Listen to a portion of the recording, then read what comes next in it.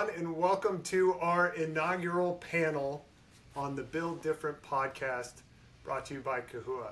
My name is AJ Waters. I'm the host, but I am even more excited for this week's panel because we are focusing on women in construction this week, and who better to do that than our very own Alice Menton here at Kahua. So I'm going to get out of the way and turn everything over to Alice, and ladies, the floor is yours. Thank you, AJ, and welcome everybody to our inaugural podcast, like AJ said, of Build Different.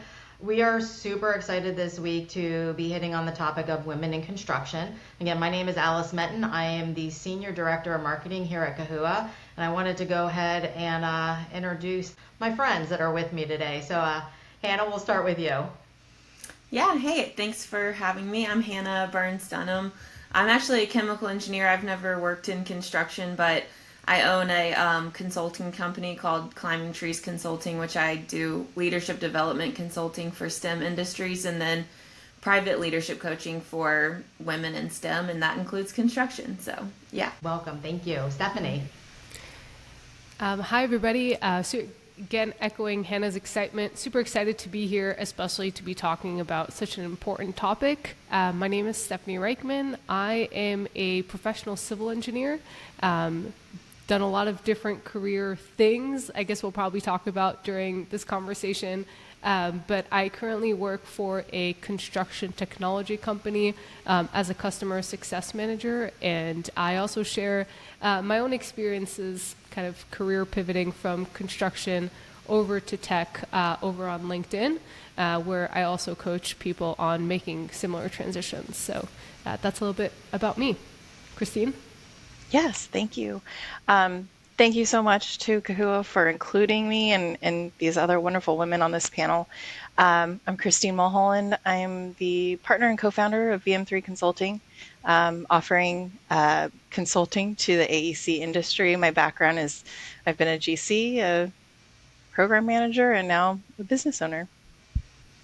Oh, welcome. All right, I wanted to jump in. I know, we're going to talk about our careers, our pivots, can women really have it all, right? But I found some stats that I thought were interesting in lieu of Women in Construction Week. So in the construction workforce, and, I'm talking in total, there's women make up 14% of the workforce today. And that's up from 10.8% in 23.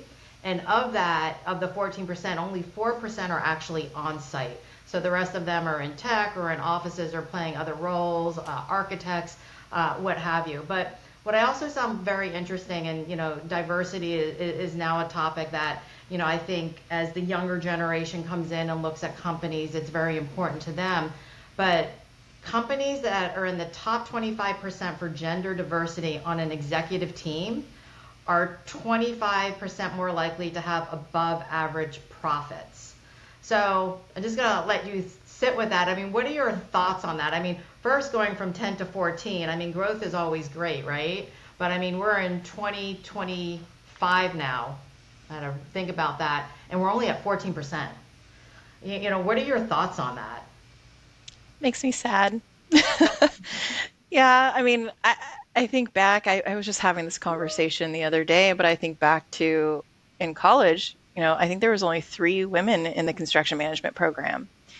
And that wasn't too long ago. So I guess it's exciting to hear we've gone up 4%, but I still feel like we've got a long way to go. Yeah, I definitely agree with what Christine's saying. Growth is positive, but yeah, it certainly is showing how much growth we still have yet to go.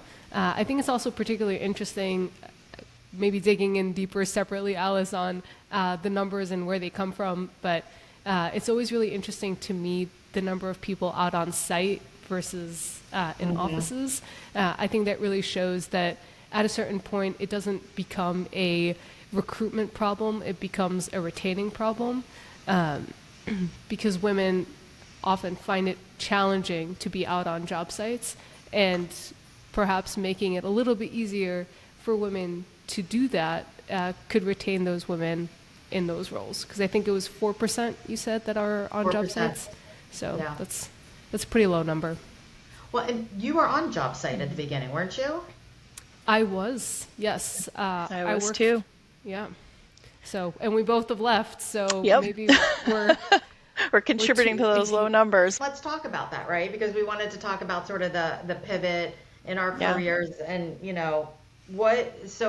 what were you doing on site and what caused you to make that pivot? So I was a virtual design and construction manager for a general contractor.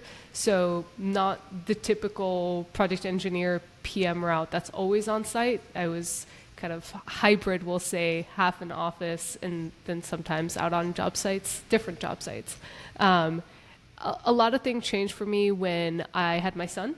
It was a really, really challenging time, just pregnancy in general, but then adding on top of that the fact that physically I just wasn't able to do some of the things I'd previously done.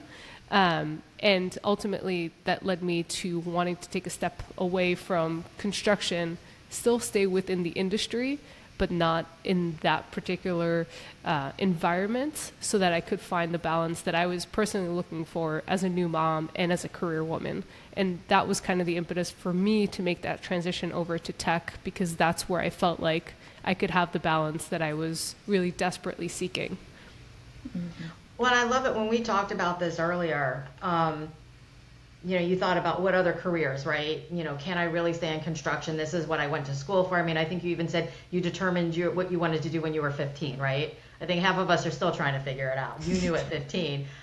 You found your job, you're on the job site, but I like what you said because you repurposed your skills in a different way. So it's not like you had to put that all behind and say it was for naught, but I can repurpose it and I'm still adding value to construction just in a different way. Yeah, I think that's certainly the story. I think for my fellow panelists as well, I think we put so much effort into our careers, and there's obviously a moment for each of us where we decide that maybe the road needs to shift a little bit.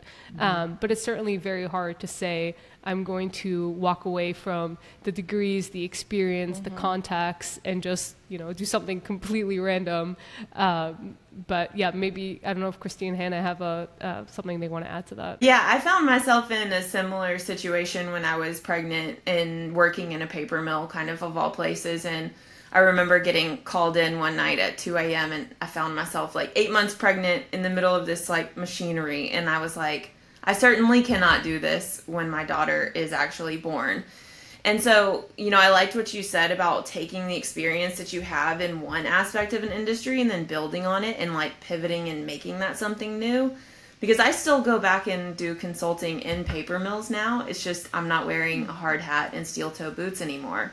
But I would never have the ability to do that if it weren't for the experience that I had in the mill. So it's almost just a little bit of redefining what you can do with a degree and moving forward. Because I know certainly it felt like, psychology was the world's biggest pivot from engineering, but it really all kind of melded together to do what I'm doing now. So, And then probably also to give yourself the permission to do that. I know for me that made a huge difference, because it wasn't just finding the way to repurpose the skills to something else, but also allowing myself to enjoy that. And even though knowing that wasn't what I had initially set out to do.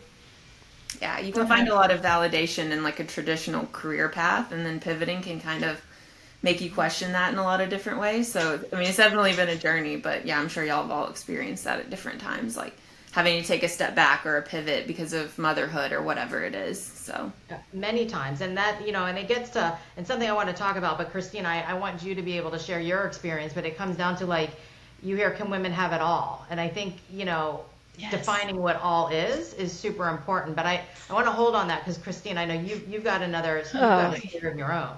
Yeah, no, I mean, I think from different from both Hannah and Stephanie, I've been in construction. I felt like in the beginning, maybe it wasn't true pivots because I was just changing kind of the hat that I was wearing, right? But I was still on the same types of projects. I started off as a GC. I was in the trailer. I was on the site, so I was contributing to that 4% or whatever in the field.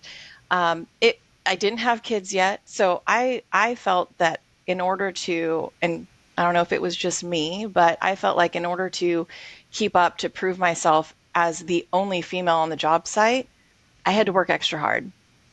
And it was 16-hour days, like on the average. And I burn out. I burn out in the GC world just because if I didn't put that many hours in, I felt like I wasn't going to get the respect. I had to be like one step ahead of everybody because everyone was a man. And it was like, they're all already looking at me like I'm weird because I'm the only person there that's a girl. So I had to do the extra mile. My husband and I decided that we were going to move out of the Southern California area and go back where we had grown up to raise our family. And so I had to pivot and go to a different, hat wearing person. So I switched over to do more of the construction management and program management side of things, which did alleviate some of those longer hours. But still, I had that thought in my head that I had to still be better, right? Like putting in the same number of hours everyone else probably wasn't going to get me there. Maybe it's just me, but that's how I felt. And then I started having kids.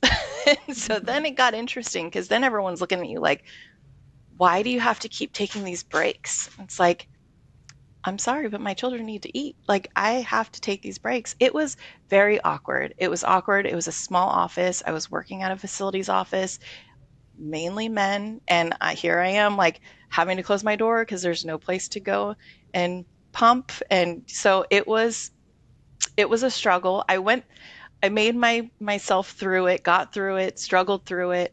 And I actually didn't really pivot in my mind until I found out that all my direct reports that were men were making more than me.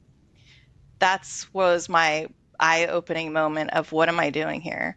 I am busting my butt to provide for my family. I could do everyone's job around me, but they're all making more than me. And it was only the men on the team, not the females. I had 2 men and 2 women two men and 2 women that worked underneath me. I was their boss. And just the men were making more, which made me upset for myself and for the women on my team because both of them were fantastic. And so that's when I decided that I needed to get out of where I was. And I pivoted to do more of the data side, which is, felt like the biggest pivot because it was not field. It was not construction management. I was now still supporting the construction industry, but on the project controls, data analytics side of things, which I've found the most joy in, and I love it.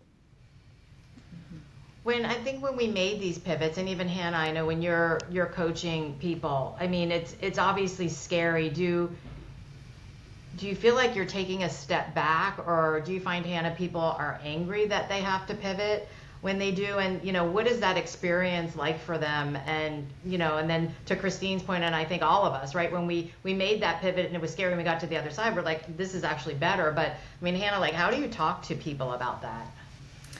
Yeah, I think a lot of my clients come to me when they're very frustrated with the system that they're trying to work in. And a lot of it has to do with, having children at home and their needs as a mom being treated like this big inconvenience. And, a lot of times it's not a question of let's pivot out of this role or out of this company. It's what kind of conversations are we having to sometimes just bring a lot of awareness to the situation with your boss or whoever's, in charge, or somebody who is really in control of the culture of a company. I think that's where we always start, which is like, just because your boss has a wife and kids at home does not mean he necessarily knows what it's like for you as a working mom, And so a lot of it's like bringing awareness to the people that you're surrounded with. And then next, it's like drawing hard boundaries, If your company can't provide the things that you need to thrive as a career woman and as a mom, then we're thinking pivoting, getting out of there, looking at what's next, looking at it, maybe a sidestep role, whatever it may be. But I think a lot of women are motivated to make the change happen where they're at. They want to have it all. It's just a matter of not always knowing the path to get it, I guess. I'll add, I work with people who want to pivot out. We're not, Hannah gives them a shot, but we're just... And then I send them to Stephanie. Yeah, and then they're like, oh, they want to pivot. And I think from my own experience, as well as I would say the majority of the people that I work with, is fear. I mean, I'm an engineer. Most of the people I work with are engineers. Like, we're a little bit more risk averse. Like, we're like stable. It's nice. Like, I know what it is. I don't like it all the time, but I at least know what to expect. Kind of like the devil you know is better than the devil you don't know. I think that very much is true for career pivoters. I'll say in my experience, I've never had somebody come back to me and say, like, I pivoted and it was the worst decision of my life. I have yet to meet that person. And I think the beautiful thing, especially people within this industry, is you can always go back. If you pivot to something else and, you know, it's not all it's cracked up to be, or you don't actually enjoy it, you actually prefer what you were doing before, you can always go back. Like, the industry, the percentage-wise, there's like always a labor shortage. They're always looking for technical people. So you can always go back. So I think it's just getting over that hump. On a personal note, I think it was certainly really challenging to be a professional engineer. I have a master's degree. I invested a lot in civil engineering and like my own education. So for me, and it still is to this day, sometimes I'm like, did I really do all that schooling for what I currently do? Like, really? I've personally had to just do a lot of work on myself and like reframe that and realize that like those were tools and skills that I do use in different capacity now. But it doesn't make me any more than or less than. It is what it is. Like, and just coming to terms with that, I see that being difficult. It was difficult for me, and I also see it being difficult for the people I work with, but certainly worth working through. Yeah, I think we're a collection of our experiences, and my degrees were in architecture and construction management, and my mom still to this day, she's like, you had 8 years of college and you never got your architecture's license, and so I feel like when we think like, oh, we went to school for this and that's what we're supposed to be, and if we don't do that, then we've failed. But I wouldn't take those experiences away for anything. Like, I learned a lot, going through the schooling, getting into being a GC, learning all of that. I think it makes me successful in what I'm doing today. If I didn't have any of those experiences, I think it would be a whole different picture.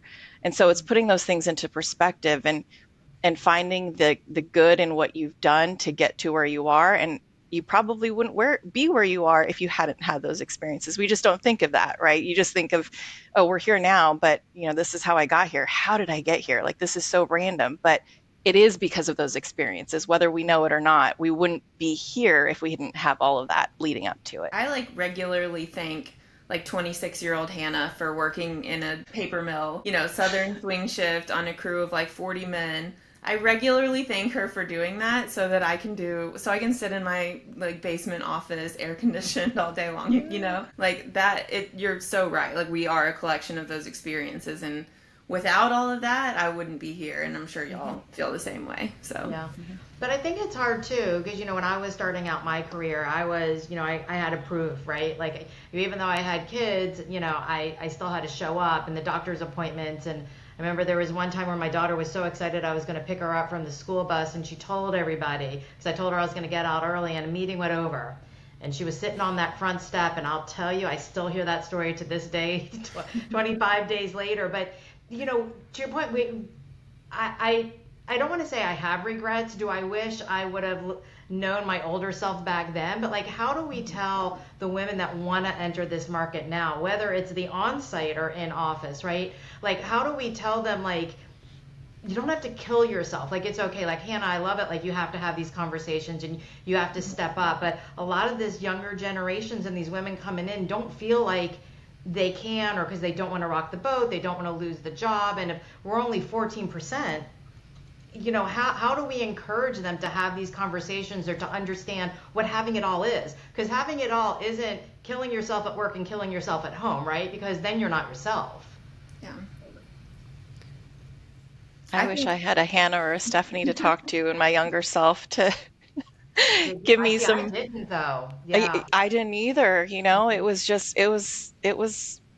like survival mode. But I would say, don't be afraid to have those hard conversations. Find someone that you can talk to that's really going to understand. And I think for me, like, I don't want someone to pass judgment before hearing like everything I have to say, right? So find that person that you could talk to, whether it's a mentor that knows your industry or not, but talk to someone because you're not crazy, right? I think we talk in our heads and we play out all these scenarios. And for me, I'm always, unfortunately, I'm always that half glass empty person. And so I think on the negative side of things a lot. So I, fortunately for me, my husband is the complete polar opposite. So he's my person, right? He's my positive energy that is always like, no, get that out of your head, get that out of your head.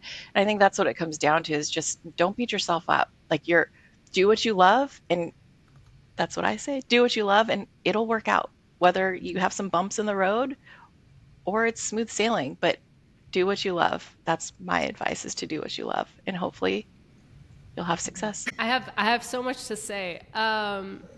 It's certainly really challenging, and I think it's really hard looking back, like to my first role, and like, what would I tell her? Because she struggled a lot.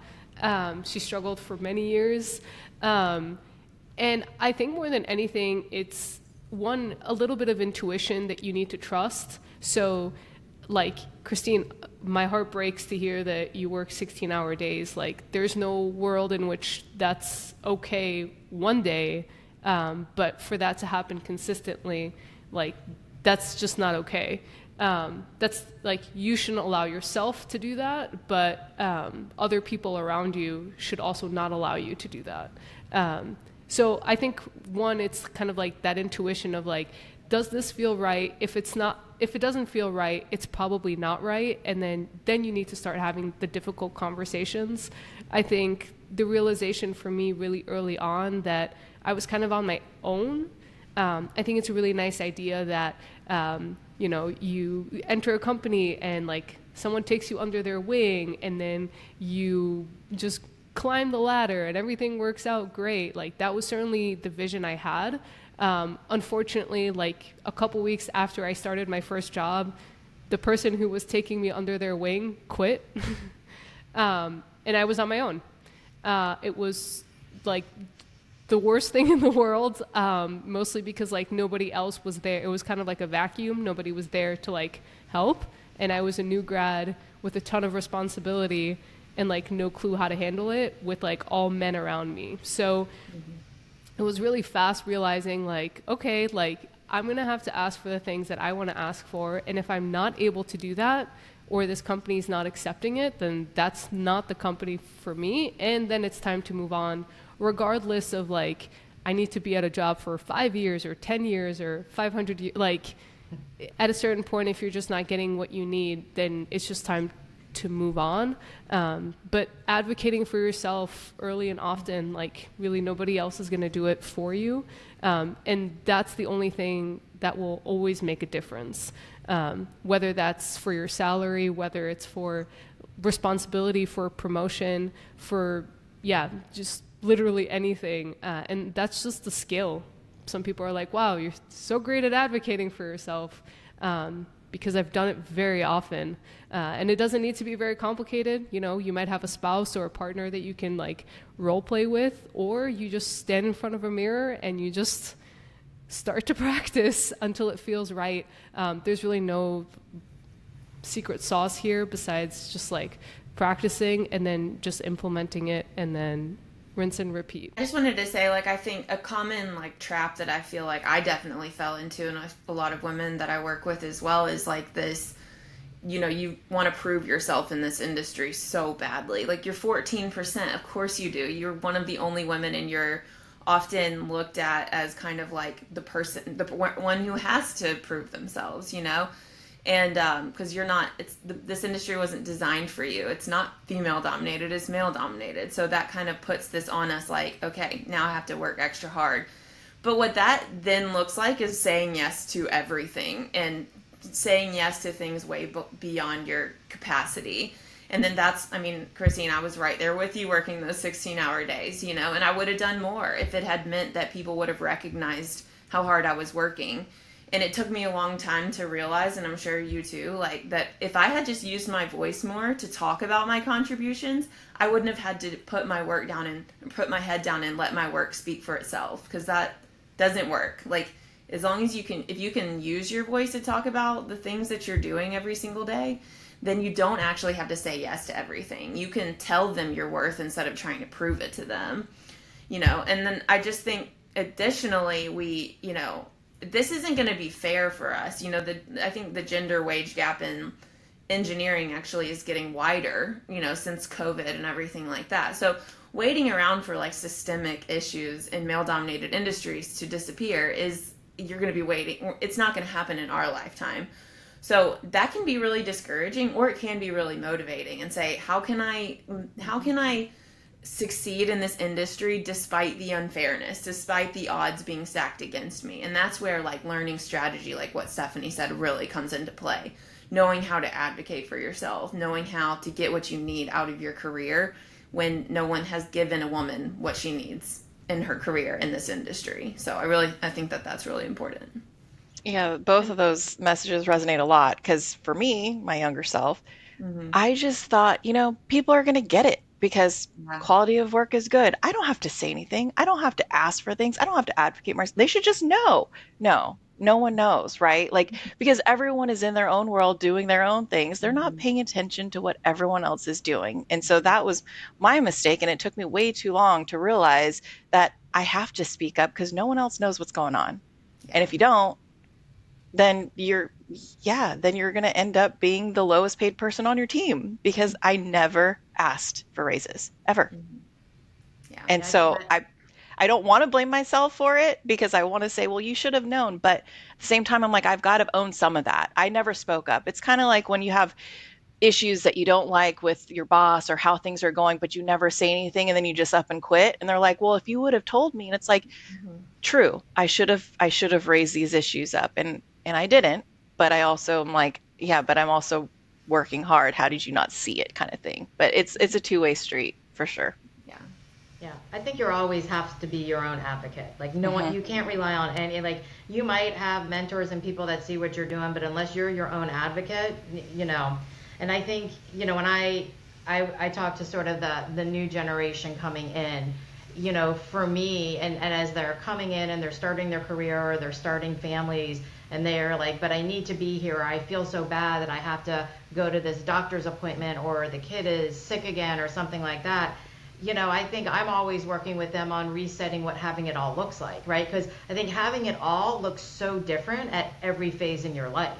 And I realized probably, I don't want to say too late, but, for me, having it all now looks very different than having it all 10 years ago and, even 10 years ago prior to that. So I guess when you're looking at women coming, whether they're coming in or they're in it and they're in the middle of it all, like what advice do you give them? As they're facing these challenges, as they're coming in, like what do you expect? Like what would you tell them, or what are you telling them? Oh, I mean, kind of just to echo what we just said, I think the number one thing is like no one can read your mind. If you want something, you have to ask for it. If you have not explicitly said, I want this much money by this date, no, that's not in anyone's mind. I think like going through, at it with that in your mind, that would have saved me so much heartache. I did the exact thing that you said, which is like quit my job after 2 years of being way underpaid. And though I had advocated for that, I also hated the role that I was in. And I didn't, I was like, surely after 2 years, they would know I don't want to work swing shift anymore. And they gave me a promotion and I gave them my 2 weeks notice. And I can look back on that and say, like, I did not use my voice nearly as much as I could have, and I was expecting them to all anticipate my needs versus just expressing them. So I just wish I'd had that tattooed on my arm, like no one can read your mind, That's such a big one. And that's such a hard lesson. I think for me, the biggest thing maybe that I would tell somebody is to keep learning and keep growing in your career.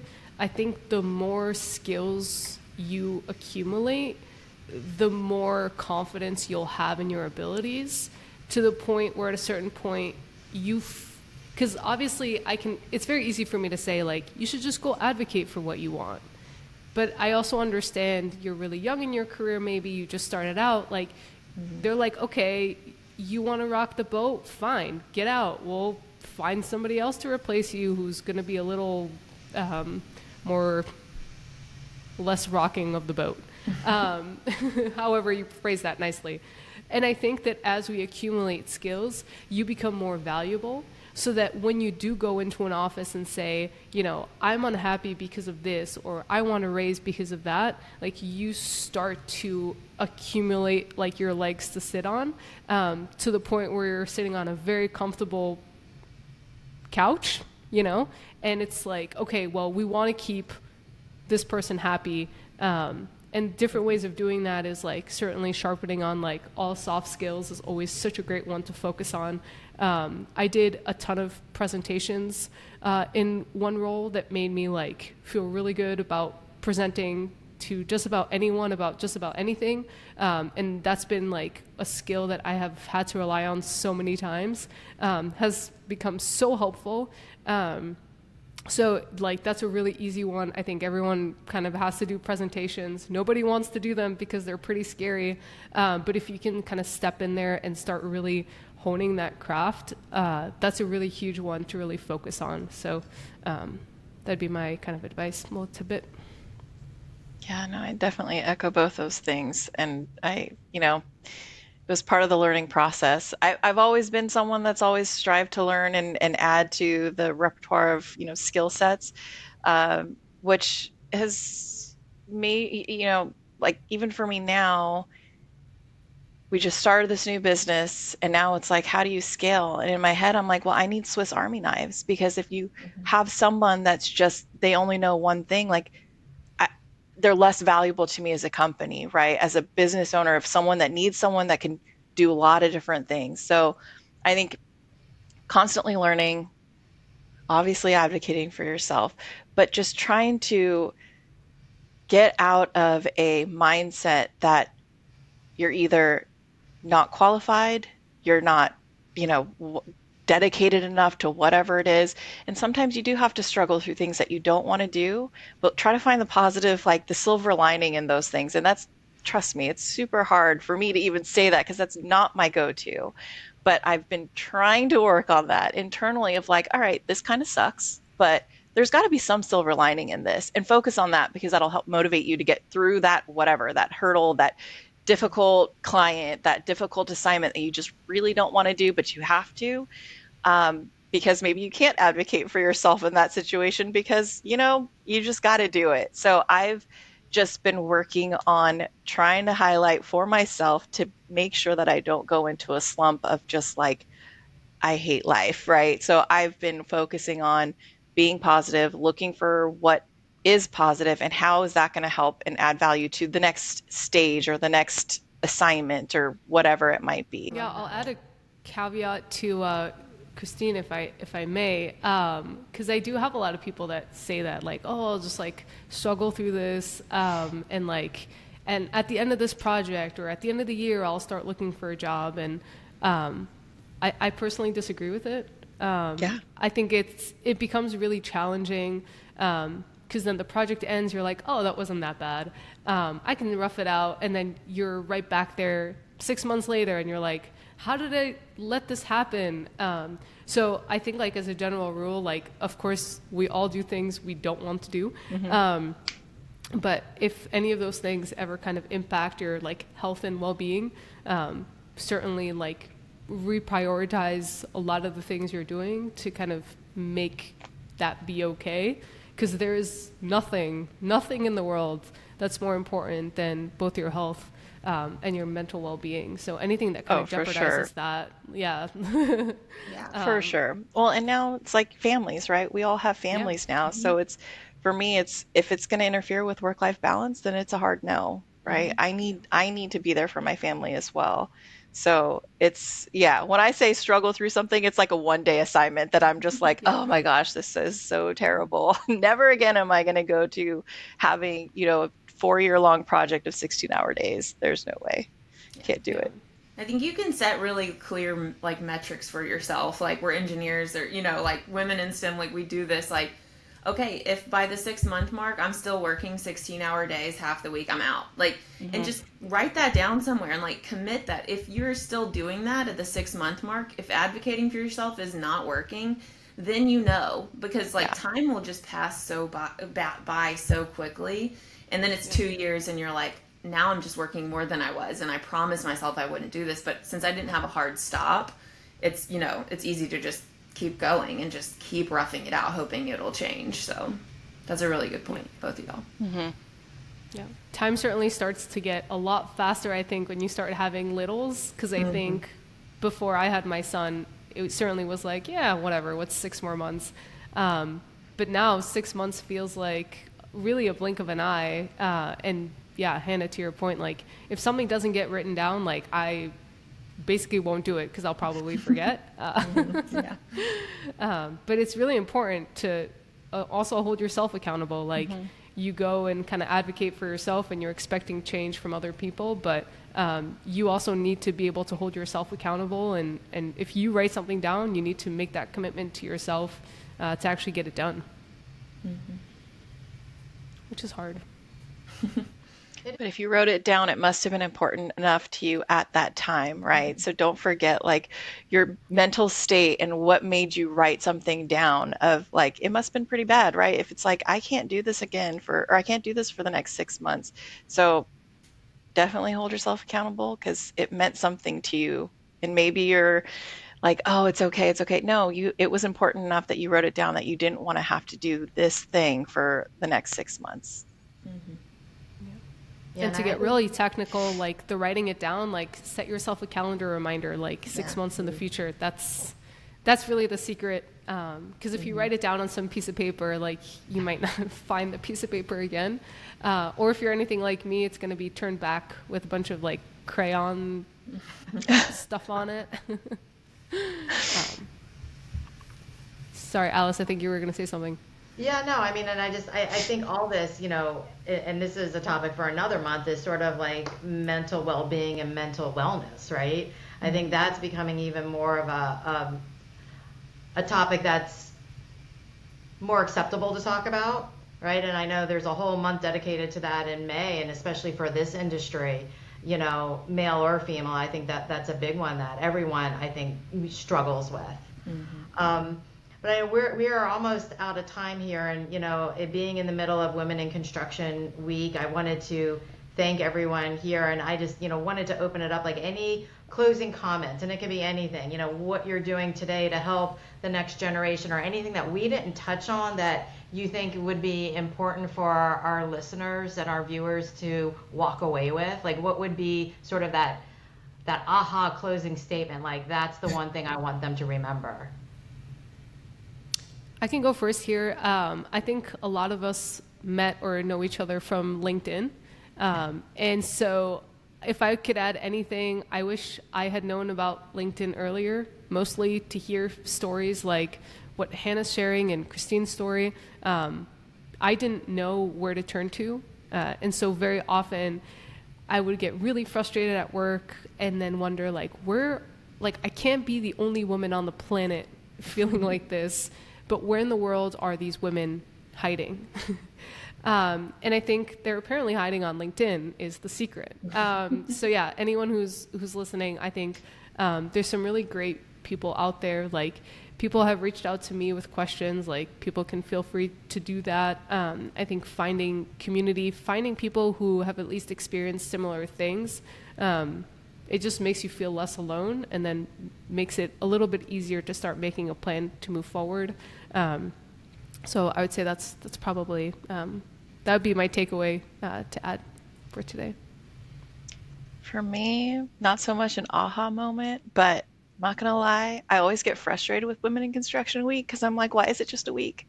Why are we only celebrating the women in construction for a week? So for me, it's like, get out there, create those alliances with the other women in the industry, because we all know the same struggle, right? And don't just dedicate this week to getting out. I just got an invite to a local Women in Construction Week thing. It's like, why not? Why can't you do it every month and just share like what's been going on for the month, right? Like create more of a camaraderie with your fellow women in the industry, and not even in the industry. I'm sure that there's other industries that face shortages of women as well. So just get the allies there of your women friends, and don't just focus on the one week that we have as the highlight of us being here. Yeah, I think for me, I guess my closing statement would just be like, just encourage any woman listening to this to try their hand in a leadership position. I think like the fastest way to get that 14% number to change is to have more women represented in leadership positions. And that means that the Stephanies and Christines and Hannahs and Alice's that like entered in when we were 22 have more women to look up to, and we say that's actually possible for us, and more mentors for those young women to go to, and that's really how those numbers change. So it can often be difficult, and you might want to sit in like these individual contributor roles, which like you do what's right for you in the season of life. But if I could motivate anybody to take, if it's a lack of skills or abilities that's keeping you from a leadership position, put that fear aside and know that you can absolutely 100% do it just as well as any man could, and go for it, because that's really what we need in order to change a lot of these systemic issues that right now I'm saying won't happen in our lifetime, but maybe if you join leadership like roles, that they actually could. So Yeah, and I think to your point, Hannah, I mean, use your voice. I mean, even if there isn't a leadership role for you, I mean, I would say, how do you get involved in a project, or, where you gain some visibility and some other relationships and understand what leadership could look like? Because I think a lot of people are scared of that, but I love that. And, Stephanie, to what you said, I think LinkedIn and connecting with people, and regardless of your industry, I think if anyone ever reached out to me on LinkedIn was like, hey, I'm struggling with this at work, or I'm entering this, like I would respond to them in a second before I would even look at someone trying to connect with me to obviously sell something or anything like that. But, I think we just don't be scared to reach out and ask for advice, because I think women are here to support women in construction and in all other industries as well. Mm-hmm. And Christine, yes, I think we should be celebrated all year long. Yes, this has been awesome. So as a girl dad, like I can't wait to show this to my daughter, because she's really good at art, but also really good at math. And one thing that she and I bond over a lot is Lego. So if she's ends up anything like me, that leads to an engineering path at some point. But you all are those women that she can look up to. So thank you for that. And I will also echo that Women in Construction Week is not long enough. We should be doing this much more often. So, Stephanie, you made a great point. LinkedIn is a great place to network. Obviously, that's where a lot of us have met. And Hannah's out there too. For those of you who haven't connected with these fine women, look them up. Also, don't forget to hit subscribe and leave us a rating and review so that we can continue to improve and bring stories like this that are powerful, but also that are inspiring. And we'll continue to do as much as we can. So thank you all one last time, and thank everyone today for tuning in to Build Different. We'll see you next time.